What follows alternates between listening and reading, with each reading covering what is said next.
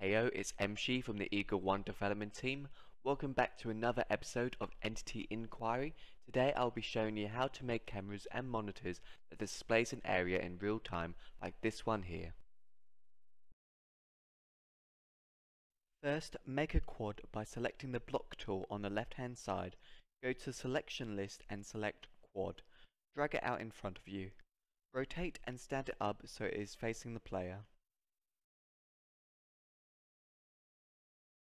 In your Materials tab at the bottom of the screen, type in VIA Funk Monitor Clean. There are a range of monitor textures we can use, but for today we'll be using the clean version.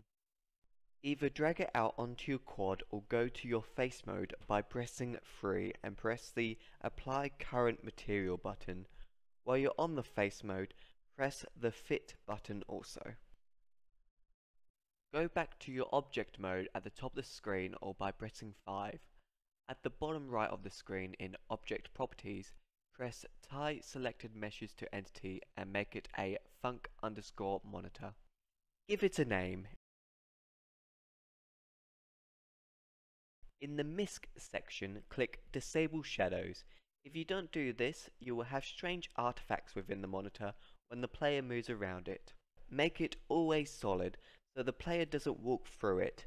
That's all we need to do for the monitor part at the moment, so let's go ahead and get our camera sorted. Go to the light bulb on the left hand side of the screen or by pressing Shift and E. Type point_camera and place it within your map.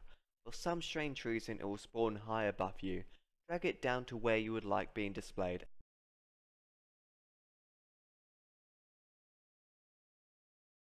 Go ahead and give it a name. Back within the Funk monitor, scroll down until you see Camera Name. In there, select the camera you just made. Compile your map and you will now have a working camera.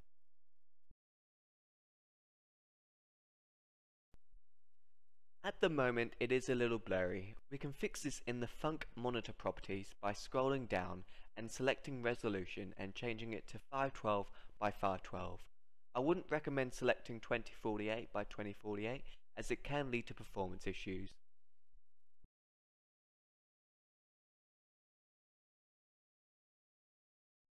Within the point camera entity are a bunch of camera options that you can play around and customize. For example, you can change the camera's field of view. 90 degrees is a good starting point for a decent view. Lowering the value will make the picture narrower, while a larger value makes the picture wider. Z near and Z far states how near or far the camera lens will go. For example, if you set your Z far really small, nothing behind that box will render to the camera. If you want the monitor to turn on when entering a trigger, make sure the Start Enable button in the Funk monitor properties is not ticked. Make a trigger in front of the player by selecting your block tool and drag it out. Press Ctrl and T at the same time and make it a trigger once.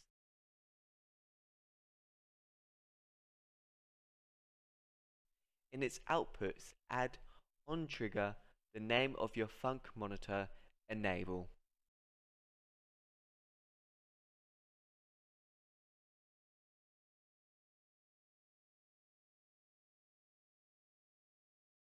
You can have multiple cameras at the same time. Make another point camera and name it Camera 2.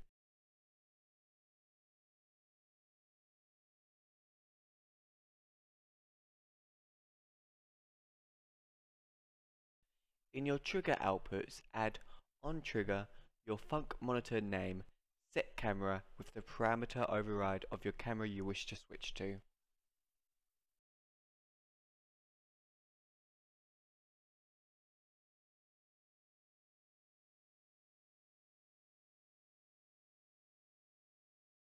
If you like more tutorials on specific entities you're not too sure about, let me know in the comments below and I will do a video of them.